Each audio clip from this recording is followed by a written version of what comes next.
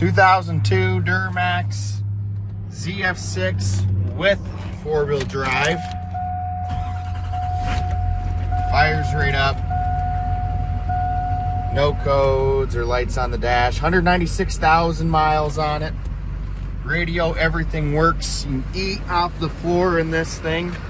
Interior is flawless. Rust-free on the driver's rocker here. Doors are rust-free as well.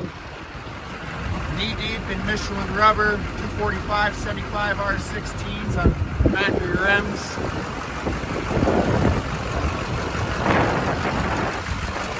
Very clean engine compartment, no blow-by. Very dry underneath, no leaks.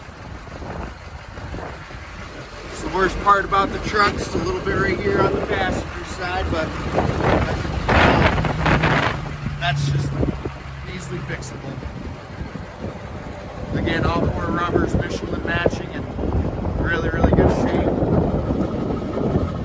Not crazy on the smoke. A little bit of clear coat on the passenger side and the hood. And that's an awesome truck.